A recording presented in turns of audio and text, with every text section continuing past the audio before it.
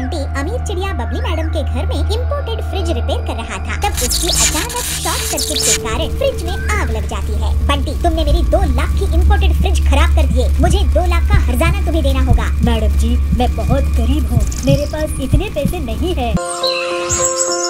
बादल नगर के जंगल में पीलू अपने पति बंटी कबूतर के साथ रहा करती थी। बंटी मैकेनिक था और पीलू खिचड़ी का ठेला चलाती थी। वो बहुत गरीब थी और बर्तन में ही खिचड़ी पकाती थी, जिससे उसे खिचड़ी बनाने में बहुत समय लगता था। वो खिचड़ी को टमाटर की चटनी के साथ बेचा करती थी। उसकी खिचड़ी बहुत ही स्वादिष्ट होती थी। गरीब हो या अमीर, सभी उसके यहाँ से खिचड़ी खाते थे। लेकिन जब वो देखते थे कि पीलू ज्यादा टाइम लगा रही है, तो वो लोग वहाँ से चले भी जाते थे। इस वजह से पीलू की आमदनी बहुत कम होती थी। उसी की दुकान के सामने कालू कौवा भी खिचड़ी बेचा करता था। उसकी खिचड़ी बहुत ही बेस्वाद होती थी, लेकिन उसके पास महंगा कुकर होने के कारण वो ज्यादा खिचड़ी बना लेता था, तो ग्राहक मजबूरी में उसकी खिचड़ी खा लेते थे। एक दिन बंटी अमीर चिड़िया बबली मैडम के घर में इम्पोर्टेड फ्रिज रिपेयर कर रहा था, तब उसकी अचानक शॉर्ट सर्किट के कारण फ्रिज में आग लग जाती है।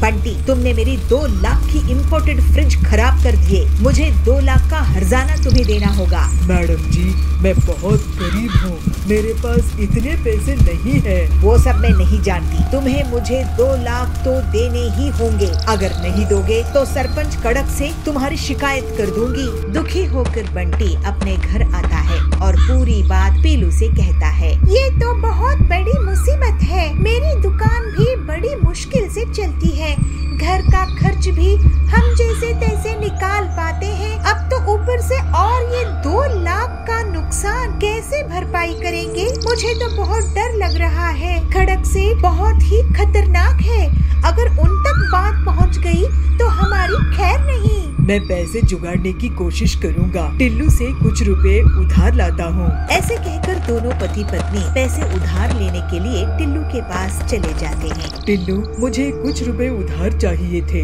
बदले में मैं तुम्हारे यहाँ मैकेनिक का काम कर दिया करूँगा। क्या बात कर रहे हो बबलू भाई, क्या मैं तुमसे उधार के बदले में काम लूँगा? लेकिन तुम्हें उधार की जरूरत कैसे आ पहुँची? इन्हें अपने काम में बहुत बड़ा नुकसान हुआ है टिल्लू भैया, बबली मैडम को 2 लाख रुपए देने होंगे।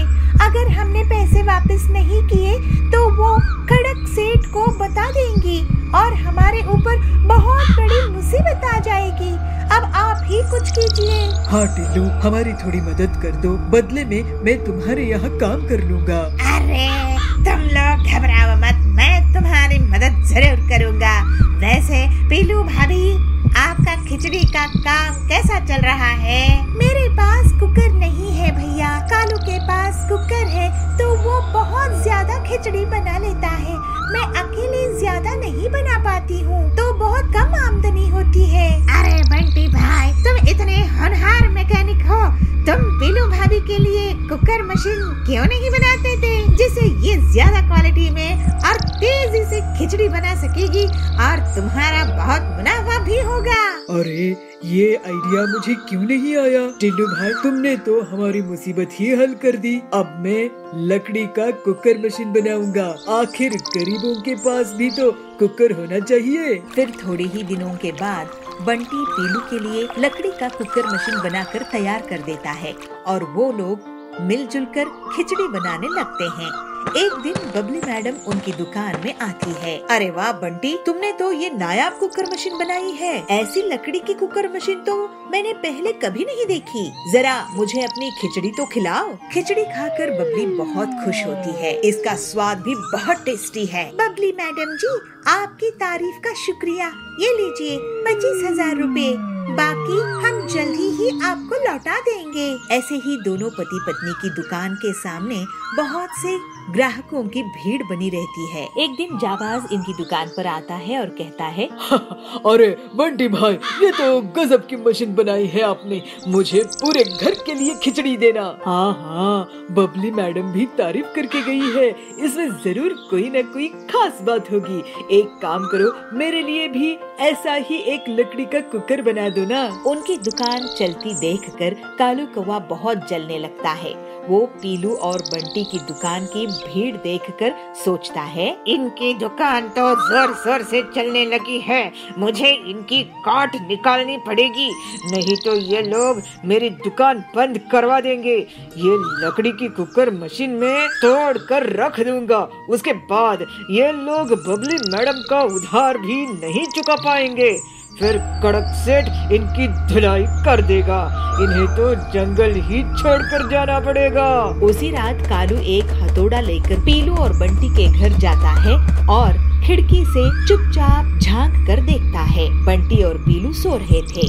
कालू अंदर आता है और मशीन में अपना हथौड़ा चलाता है, लेकिन प्रेशर के कारण लकड़ी का कुकर ब्लास्ट हो जाता है और कालू जोर से चीख उठता है। उस पर गरम खिचड़ी गिर जाती है। नींद से उठकर पीलू चिल्लाती है, चोर चोर। दोनों पति पत्नी कालू को पीटने लगते हैं। मारो मारो, अरे ये तो कालू है। कालू तो हमारे घर में इस वक्त ये हथौड़ा इस मशीन को तोड़ने के लिए आया था क्या? अरे मुझे इस गरम खिचड़ी से तो बचाओ, मैं जल रहा हूँ। बंटी और पीलू उस पर एक बाल्टी पानी डालते हैं। हाय, मैं तो जल गया। मैं तुम्हारी कुकर मशीन तोड़ने वाला था, क्योंकि तुम्हारी तरक्की से मुझे बहुत नुकसान हो रहा था। तुम गरीबों को बढ़ता हुआ देखकर मैं खुश नहीं था। अब तो मैं काम करने लायक भी नहीं रहा। अपनी मेहनत पे आपको भरोसा होता कालू भैया, तो आज आपकी ऐसी हालत नहीं होती। तुम्हारी हालात देखकर मुझे बहुत बुरा लग रहा है। तुम अब किसी की दुकान में काम कर लो, लेकिन अब से धोखाधड़ी नहीं करोगे, नहीं तो तुम कहीं के नहीं रहोगे। कालू बंटी और पीलू का कहना मान लेता है और अपनी गलती से सीखता है। कालू अब से पूरी ईमानदारी से काम करता है। बंटी एक और लकड़ी का कुकर मशीन बना लेता है। उसके बाद से बंटी और पीलू की खिचड़ी बनाने की दुकान से बहुत अच्छी कमाई होने लगती है और वो लोग बबली मैडम का उधार भी चुका देते हैं और हंसी खुशी रहने लगते हैं।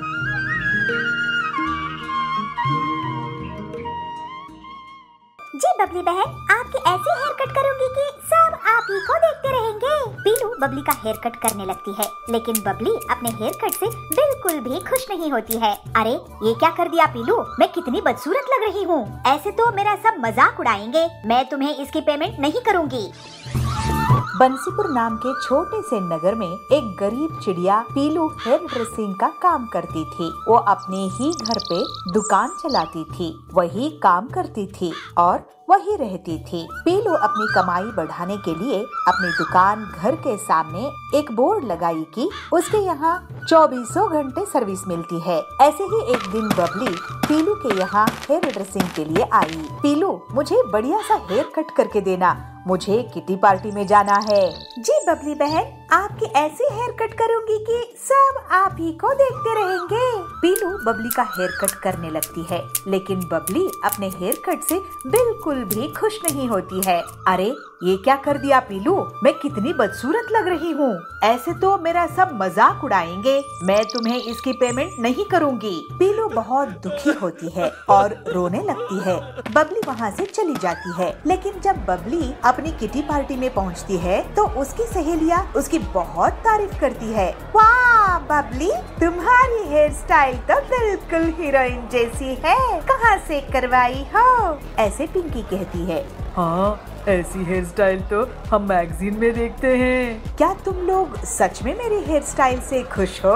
बबली को विश्वास नहीं हो रहा था कि उसकी हेयर स्टाइल सबको पसंद आ रही थी। बबली को उसके घर में उसके पति से भी बहुत तारीफ मिलती है, लेकिन फिर भी वो पीलू को पैसे नहीं देती। बबली जी, आपकी सहेलियाँ और आपके पति को आपकी हेयर स्टाइल बहुत पसंद आई है, तो आप मुझे पेमेंट क्यों नहीं देती है? मैं बहुत गरीब हूँ, मुझे पैसे दीजिए ना, मैं अपनी मेहनत का पैसा मांग रही हूँ। मैं तुम्हें और कस्टमर्स दिला दूंगी पीलू।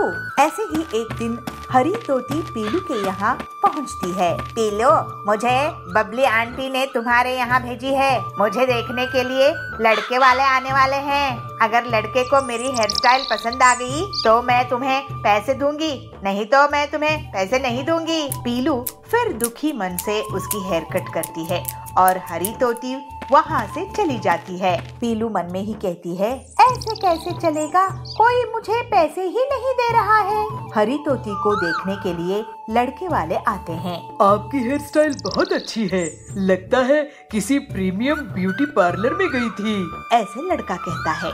ये सुनकर हरी बहुत खुश होती है और वो बाद में पीलू के पास जाती है। पीलू जी, मेरी हेयर स्टाइल मेरे होने वाले पति को बहुत पसंद आई, इसलिए मैं इसकी पेमेंट करने आई थी। आपको बहुत बधाई हरी, और धन्यवाद कि आप मुझे पैसे देने के लिए आई हैं। ऐसे ही कुछ दिन बीत जाते हैं। पीलू सोच में रहती है, पता नहीं कितने दिन और गुजारने पड़ेंगे मेरे सैलून को जमाने में। जो भी आती है मेरी तारीफ करती है, लेकिन पूरे पैसे नहीं देती है। फिर एक रात एक हीरोइन उस जंगल से गुजर रही थी, तभी उसकी कार खराब हो जाती है। अरे ये कार कैसी खराब हो गई? मेरा तो यहाँ आते ही सिर दुखने लगता है। कोई होगा क्या जो मेरी हेड मसाज कर दे? मैडम, इतनी रात में कौन सा लेडीज सैलून खुला होगा?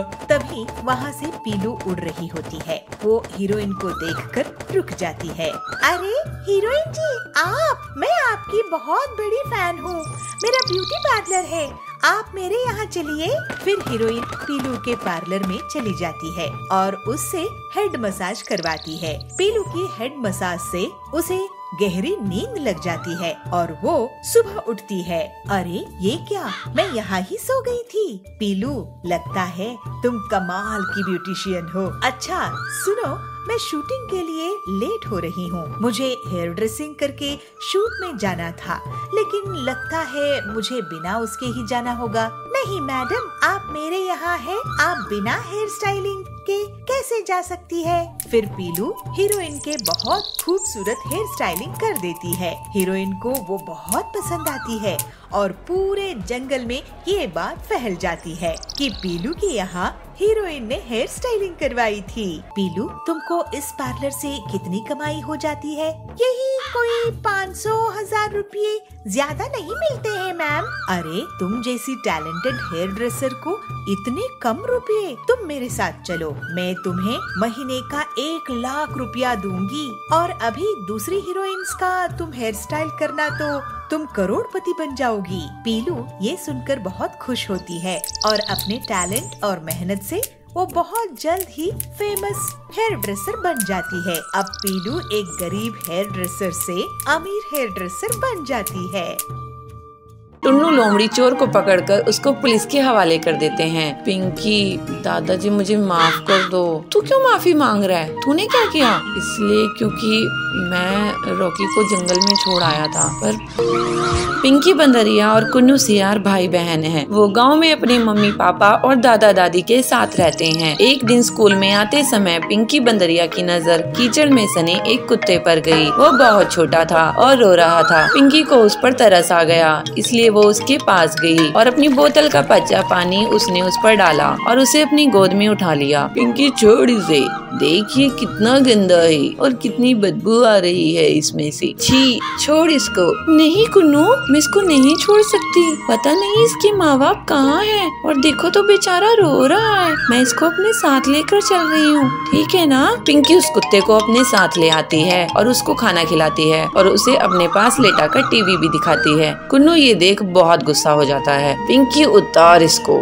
ये हम दोनों का बेड है ना, तूने इसको कैसे बिठाया? उतार इसको, अभी कितना गंदा है ये, नाली में रहता है, उतार इसको। कुन्नू, ये छोटा सा ही तो है, जरा सी जगह ले लेगा तो क्या हो जाएगा? कुन्नू अब और गुस्सा हो जाता है और मन ही मन सोचता है, इस कुत्ते की वजह से मेरी बहन मुझे पराया कर रही है और मेरी चीजें भी छीन कर इसे दे रही है। इसका तो कुछ करना होगा, नहीं तो ये धीरे धीरे मुझसे सब कुछ छीन लेगा। पिंकी उस कुत्ते का नाम रॉकी रखती है। रॉकी के परिवार के बाकी लोग भी रॉकी से बहुत प्यार करने लगते हैं, पर कुन्नू अभी भी उसे घर से निकालने की तरकीबें सोचता रहता है। एक दिन वो रॉकी की पूंछ में पटाखे जलाने ही वाला था कि तभी वहाँ उसकी माँ चुनमुन नीलगाय आ गई। कुन्नू, ये तुम क्या कर रहे हो? उस बच्चे की पूंछ पर पटाखे क्यों जला रहे हो? कोई तुम्हारे साथ ऐसा करेगा तो कैसा लगेगा? छोड़ो उसको, लाओ मुझे दो। चुनमुन से डांट खाने के बाद भी कुन्नू नहीं सुधरता और फिर एक दिन रॉकी रॉकी के खाने में मिर्ची डाल देता है। रॉकी वो दूध पीता उससे पहले ही उसके दादा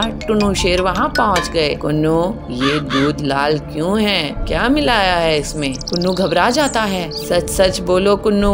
नहीं कुछ भी नहीं दादाजी, वो तो ऐसे ही हो गया। मैं जानता हूँ तुम रॉकी को जरा भी प्यार नहीं करते हो और उसे घर से निकालना चाहते हो, पर बेटे ये बेचारा भी बहुत छोटा है, तो जानता भी नहीं कि तुम इसके साथ क्या क्या कर रहे हो। इसलिए ये सब छोड़ो और उसके साथ प्यार से पेश आओ, ठीक है? दादा के समझाने पर भी कुन्नू नहीं समझता और फिर एक रात वो रॉकी को लेकर जंगल में चला जाता है और उसे कहीं दूर छोड़ाता है और घर आकर सो जाता है। अब उस रॉकी को मैं ऐसी जगह छोड़ कर आया हूँ जहाँ से वो चाह कर भी वापस नहीं आ सकता और मैं जीऊंगा चैन की जिंदगी। अंधेरी रात हो चुकी थी, घर में सब सो चुके थे कि तभी एक लोमड़ी चोर उनके घर में घुस जाती है और एक एक करके घर का सारा कीमती सामान चुरा लेती है। पर जैसे ही वो घर के बाहर कदम रखती है वैसे ही रॉकी भौंकने लगता है और घर वाले सारे लोग जाग जाते हैं। तब तक रॉकी लोमड़ी चोर को हिलने तक नहीं देता। अच्छा, तो ये चोर हमारे घर में चोरी करने आया था। शाबाश रॉकी, अगर आज तुम नहीं होते पता नहीं क्या हो जाता। टुन्नू लोमड़ी चोर को पकड़कर उसको पुलिस के हवाले कर देते हैं। पिंकी,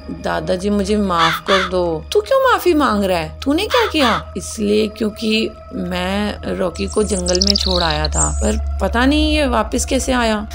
यही तो खासियत है मेरे दोस्त की। रॉकी मुझे माफ कर दे प्लीज।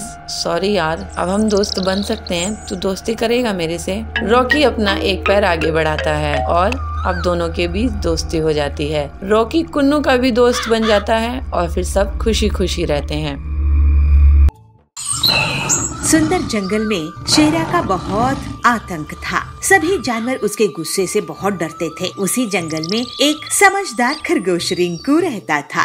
रिंकू हमेशा अपनी चालाकी से बड़े बड़े जानवरों से अपनी जान बचा लेता था, लेकिन वो हमेशा दूसरे छोटे जानवरों की मदद करता था। इस वजह से सभी जानवर उसको बहुत पसंद करते थे। एक दिन रिंकू जंगल में टहल रहा था, तभी उसे छोटू और उसकी पत्नी दिखाई दिए। छोटू भैया, छोटी भाभी, कहाँ घूम रहे हो? कुछ नहीं रिंकू, हम तो ताजी घास और फलों की तलाश में आए हैं। यहाँ की घास तो बहुत हरी भरी है, हम तो सोच रहे थे कि यहीं पास बस जाए। आप लोग क्या शेरा के बारे में नहीं सुने हो? ये उसी का इलाका है। अगर उसने आप दोनों को देख लिया तो आपकी खैर नहीं। शेरा तो बहुत ही क्रूर है।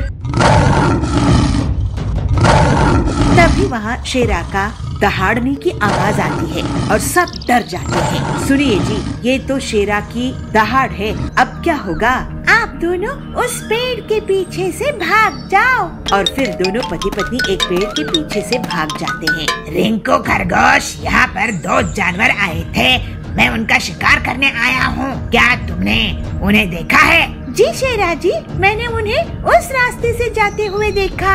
रिंकू शेरा को दूसरी तरफ इशारा करके भेज देता है। छोटू और छोटी रिंकू के पास आते हैं। तुम्हारा शुक्रिया रिंकू भैया। अब आप दोनों यहाँ पर घास खाकर जल्दी से चले जाओ। इसके बाद दोनों पति पत्नी घास खाकर वहाँ से चले जाते हैं। दूसरे दिन वही दोनों उस घास के मैदान के पास एक तालाब में रिंकू को मिल जाते हैं। छोटू भैया, छोटी भाभी, आप दोनों के जाने के बाद शेरा फिर से आया था और मुझे धमका कर गया है कि अगर अगली बार उसको उसके शिकार का सही पता नहीं मिला तो वो मुझे ही खा जाएगा।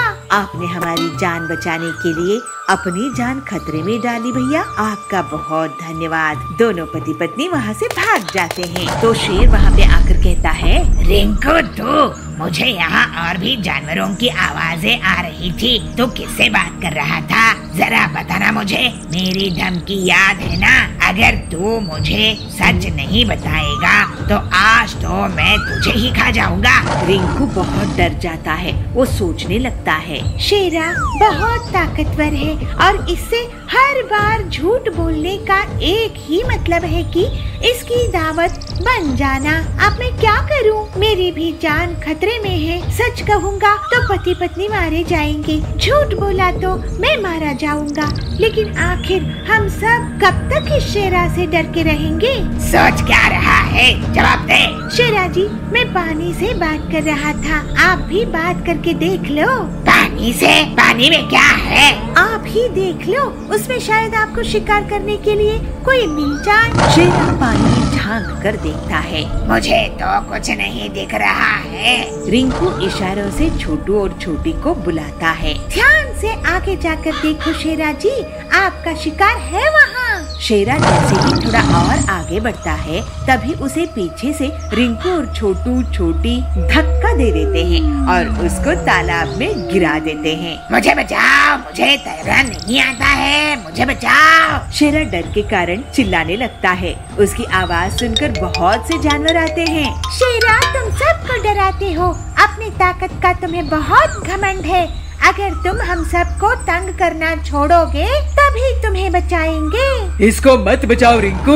नहीं छोटू भाई, पूरे जंगल के सामने ये मदद मांगकर साबित कर चुका है कि इसको भी डर लगता है। मैं वादा करता हूँ कि मैं तंग नहीं करूँगा। और फिर सबके सामने रिंकू रस्सी फेंककर शेरा को बचाता है। शेरा शर्मिंदा हो जाता है और फिर वो कभी भी अपनी ताकत का गलत इस्तेमाल नहीं करता है और पूरे जंगल में अब रिंकू की सूझबूझ की तारीफ होने लगती है। इसी तरह से रिंकू इतनी मुश्किल में भी अपनी हिम्मत और होशियारी से मुसीबत खत्म करने में कामयाब होता है। माँ, मुझे रेलगाड़ी की चित्र बनाना है। अरे मुझे तंग मत करो, अपने पिताजी से जाके पूछो। अरे पिंकी बेटा, मुझे तंग मत करो, अपनी स्कूल की कोई भी किताब में बना ले। इतनी क्यों चिंता कर रही है, ये भी कोई समस्या है। एक गांव में पिंकी नाम की लड़की अपनी माँ बाप के साथ रहती थी। पिंकी बहुत सयानी थी, जो कुछ देखती थी उसको अपने पेंसिल से अपनी किताबों में चित्र बनाती थी। पिंकी की इस आदत को माँ बाप की प्रोत्साहन भी था। पिंकी कक्षा दूसरी में पढ़ती थी। एक दिन उसने अपनी किताब में रेलगाड़ी देखी। रेलगाड़ी तो बहुत लंबी होती है, उसको कहाँ पर चित्र बनाए, ये पिंकी की समस्या थी। पिंकी घर आई। माँ, मुझे रेलगाड़ी की चित्र बनाना है, मैं कहाँ बनाऊँ? अरे पिंकी, वो क्या बड़ी बात है, अपनी किताब में बनाओ। अरे माँ, आप तो इतना भी नहीं समझती हो, किताब तो छोटी पड़ेगी। अरे मुझे तंग मत करो, अपने पिताजी से जाके पूछो, मैं खाना पका रही हूँ ना। पिताजी, मैं रेलगाड़ी की चित्र बनाना चाहती हूँ, कहाँ बनाऊँ? पिंकी के पिता ऑफिस की हिसाब किताब कर रहे थे तो चिढ़ के बोलते हैं। अरे पिंकी बेटा, मुझे तंग मत करो, जाओ ना, अपनी स्कूल की कोई भी किताब में बना ले। अरे पापा, आपको इतना भी नहीं पता, किताब में रेलगाड़ी की चित्र नहीं बना सकते क्योंकि वो तो बहुत लंबी होती है। तो तभी वहाँ पे पिंकी की दादी बैठी थी। तो दादी को पिंकी की बात सुन के बहुत हंसी आती है और पिंकी को बुला के बोलती है, अरे पिंकी बेटा, इतनी क्यों चिंता कर रही है, ये भी कोई समस्या है, जाओ ना स्कूल की दीवार पे बना दो। दादी की बात पिंकी को बहुत अच्छा लगता है और सोचती है दीवार तो इतनी लंबी इतनी चौड़ी होती है तो रेलगाड़ी तो समा ही जाएगी। तब पिंकी खा के अपना होमवर्क करके सो जाती है और सुबह पिताजी से कहती है, पिताजी, आज ना मुझे कलर चॉकपीस की एक पूरी डब्बा चाहिए। पिताजी हंसते हुए बोलते हैं, अरे पिंकी बेटा, क्यों, तुम्हें आज स्कूल में बांटना है क्या? अरे पिताजी नहीं, मुझे रेलगाड़ी की चित्र बनानी है स्कूल की दीवार पर। दिला तो दूंगा, लेकिन घर तक कंप्लेंट नहीं आनी चाहिए, ठीक है? अरे चित्र बनाने से कोई कंप्लेंट करेंगे? बिल्कुल नहीं आएगी, आप चिंता मत करो। तो पिंकी के पापा उसको कलर पेंसिल की डब्बा दिला देते हैं। पिंकी कूदते नाचते स्कूल पहुंच जाती है। पिंकी अपनी रेलगाड़ी की पहली यात्रा याद करती है जो अपने पापा मम्मी के साथ उसने किया था। पिंकी चौक उठाई और फिर क्या था, दीवार पर रेलगाड़ी का इंजन बना दिया। अरे इंजन तो बहुत सुंदर बना है, इसको अब डिब्बे जोड़ते हैं। तो फिर दूसरी कलर चौक लेके उसमें पहला डब्बा जोड़ दिया, दूसरा डब्बा जोड़ दिया। ऐसे जुड़ते जुड़ते गए, सारे डिब्बे जुड़ गए। जब अपनी चौक पेंसिल खत्म हुई तो पिंकी उठ के देखती है, स्कूल की आधी दीवार पर तो रेलगाड़ी बन चुकी थी और पिंकी की क्लास के सारे बच्चे तालियां बजा के पिंकी की कला को सराह रहे थे। अरे पिंकी, तेरी गाड़ी तो बहुत सुंदर बनी है। पिंकी पिंकी, तुम्हारे रेल में मुझे भी जगह मिलेगी? अरे क्यों नहीं, हम सारे मिलके इस रेलगाड़ी में जाएंगे। फिर क्या हुआ, रेलगाड़ी दिल्ली गई, मुंबई गई, अमेरिका गई, नानी के घर गई और दादाजी के घर भी गई। बच्चों की ख्यालातों में रेल की गाड़ी ऐसे ही लंबे सैर करती रही। तभी क्लास टीचर क्लासरूम में आते हैं और सभी बच्चों की मुस्कुराहट देखते हुए कहते हैं, अरे बच्चों, इतने खुश हो, क्या बात है? तो दौड़ के पिंकी सामने आती है और अपनी बनाई हुई रेलगाड़ी दिखाती है। तब टीचर अपने मन में ये सोचते हैं, बच्चों के मनोबल को बढ़ाई, कल के भविष्य का निर्माण आज से ही होने दे। यह सोच के टीचर ने पिंकी को बिना डांटे बहुत शाबाशी देते हैं और कहते हैं, पिंकी, आपकी ड्राइंग तो बहुत सुंदर है, लेकिन आप दीवार पे प्रैक्टिस करने के बजाय अगर आपके घर में जाके कोई भी कॉपी में प्रैक्टिस कर लेते तो और भी सुंदर निकल आता। सर, मुझे ना ये लगा कि ट्रेन पुस्तक में काफी नहीं होगा। कोई बात नहीं, मैं आपको सिखा दूंगा। इस बात से पिंकी बहुत खुश होती है और टीचर पिंकी की कॉपी में एक अच्छे से सुंदर से रेलगाड़ी बना देते हैं। गरीब लोगों की सेवा के लिए दुकान नहीं खोली है मैंने। मैं तुम्हारी दुकान चलने नहीं दूंगी। मैं तुम्हारी दुकान बंद करवा के ही रहूंगी। जबलपुर गांव के जंगल में बबली कौवी एक ठेले में गन्ने का जूस बेचा करती थी। उसकी दुकान बहुत अच्छे से चलती थी और गर्मी में तो ग्राहकों की हमेशा से भीड़ लगी रहती थी। बबली सबसे बहुत अच्छे से बात करती थी। ऐसे ही बहुत समय तक काम करते हुए उसने बहुत पैसे कमाए और फिर कालू कौवे से शादी कर ली। अपनी सफलता के कारण उसको बहुत घमंड हो गया था और वो गरीब ग्राहकों से बदतमीजी से बात करती थी। बबली दीदी, मुझे 2 ग्लास ताज़ा गन्ने का जूस देना, मैं आपको पैसा कल दे दूंगा। अगर कल पैसे देने हैं तो कल ही जूस पीना। तुम गरीब लोगों की सेवा के लिए दुकान नहीं खोली है मैंने। अरे बबली दीदी, आप ऐसे कैसे बात कर रही है? मैं तो आपका रेगुलर ग्राहक हूँ। देखो बंटी भैया, पैसे रखो और जूस पियो। और हाँ, आज से गर्मी शुरू हो रही है ना, आज से 20 रुपया ग्लास नहीं बल्कि 40 रुपया ग्लास गन्ने का जूस मिलेगा। इस तरह से बबली बहुत घमंड हो चुकी थी। गरीब ग्राहकों से पैसे रखवाती थी, फिर गन्ने का जूस देती थी। कोई गन्ने का जूस नहीं बेचा था जिसकी बबली फायदा उठा रही थी। लेकिन अगले ही दिन बबली की दुकान के सामने पीलू चिड़िया अपना गन्ने का जूस का ठेला खोलती है। उसकी दुकान चलती देखकर बबली उसे जलने लगती है। पीलू चिड़िया, तुम मेरे ठेले के सामने गन्ने का जूस क्यों बेच रही हो? मैं तुम्हारी दुकान चलने नहीं दूंगी। अरे सुंदरी दीदी, गुस्सा मत करो। जंगल में इतने ग्राहक हैं कि हम दोनों की दुकान अच्छे से चल सकती है। पीलू की बातें सुनकर बबली चुप हो जाती है। पीलू अपने ग्राहकों से बहुत अच्छे से बात करती थी, जबकि बबली अभी भी बहुत घमंड से रहती थी। जल्द ही पीलू की दुकान में भीड़ लगने लगती है, क्योंकि वो गन्ने का जूस को सिर्फ 15 रुपए में बेचा करती थी। ये पीलू तो बहुत ही चालाक निकली, सस्ते दामों में जूस बेच रही है। इसकी दुकान बंद करवा दूंगी। मैं भी दाम कम कर देती हूँ, लेकिन उतने पैसों में मैं गन्ने का जूस नहीं बेचूंगी, बल्कि केमिकल वाला नकली मिलावटी जूस बेचूंगी। ग्लास का जंबो साइज बड़ा देखकर जंगल वाले मेरे ही पास आएंगे और पीलू की दुकान बंद हो जाएगी। फिर ऐसा सोचकर बबली अपने घर में केमिकल वाला जूस तैयार करती है और मन ही मन बहुत खुश होती है। जंबो गन्ने का जूस ले लो, जंबो गन्ने का जूस। इतने बड़े गन्ने का जूस कभी नहीं देखे होंगे। जंगल के पक्षी बबली की आवाज सुनकर उसकी दुकान की तरफ भागते हैं और ग्लास का साइज देखकर लालच में आ जाते हैं और सिर्फ कुछ ही मिनट्स में बबली के जंबो गन्ने का जूस बिक जाता है। देखा पीलू चिड़िया, मुझसे पंगा लेने का नतीजा, मैं तुम्हारी दुकान बंद करवा के ही रहूंगी। उसी दिन से पीलू की दुकान में ग्राहकों की कमी होने लगती है और अगले दिन से तो कोई भी उसकी दुकान नहीं जाता है। थोड़े ही दिनों में पीलू को दुकान बंद करने की नौबत आ जाती है। तभी एक दिन डॉक्टर हरिया उसकी दुकान पहुंचते हैं। पीलू, मुझे एक गिलास जूस देना, बबली की दुकान में भीड़ है, मुझे लेट हो रहा है, नहीं तो मैं उसी की दुकान में जाता। ये लीजिए डॉक्टर सर। अरे वाह, ये बहुत ताज़ा है। ऐसा करो, तुम मेरे हॉस्पिटल में रोज 20 गिलास भेज दिया करो मरीज के लिए।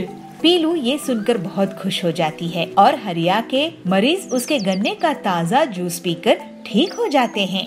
लेकिन तभी वहाँ बबली की दुकान से गन्ने का जूस पीने वाले पक्षी आते हैं और उल्टियाँ करने लगते हैं। अरे ये क्या, इन्हें तो उल्टियाँ हो रही है। उनका टेस्ट होता है और उनसे हरिया पूछता है कि वो लोग क्या खाए पिए थे। तब वो बताते हैं कि रोज वो बबली के यहाँ जूस पीते हैं। बबली, तुमने इस गन्ने की जूस में क्या मिलाया है? तुम्हें पता है सबको किडनी में स्टोन्स हो गए हैं, इन सब की तबीयत खराब हो गई है तुम्हारी दुकान का गन्ने का जूस पीकर। अरे ये लोग पीलू की दुकान का जूस पिया करते थे। फिर हरिया बताता है कि पीलू की दुकान के जूस से उसके बीमार मरीज ठीक हो गए हैं। इसके पहले बबली कुछ बोल पाती, सभी पक्षी उसको घेर लेते हैं। बबली, तुम हमसे इतना सारा पैसा लेती हो गन्ने के जूस का, लेकिन ये जहर बेच रही हो। वो पीलू कम दाम में भी हमें स्वादिष्ट और सेहतमंद गन्ने का जूस पिलाती है। अब तुम्हें इसका हर्जाना भुगतना होगा। ऐसा कहकर सभी पक्षी बबली को पुलिस के हवाले कर देते हैं। पीलू पूरी ईमानदारी के साथ स्वादिष्ट गन्ने का जूस बेचना जारी रखती है और जंगल वाले उसकी बहुत तारीफ करते हैं। अब जंगल में बस उसी की गन्ने का जूस का दुकान थी। पीलू और बाकी लोग अब हंसी खुशी रहने लगते हैं।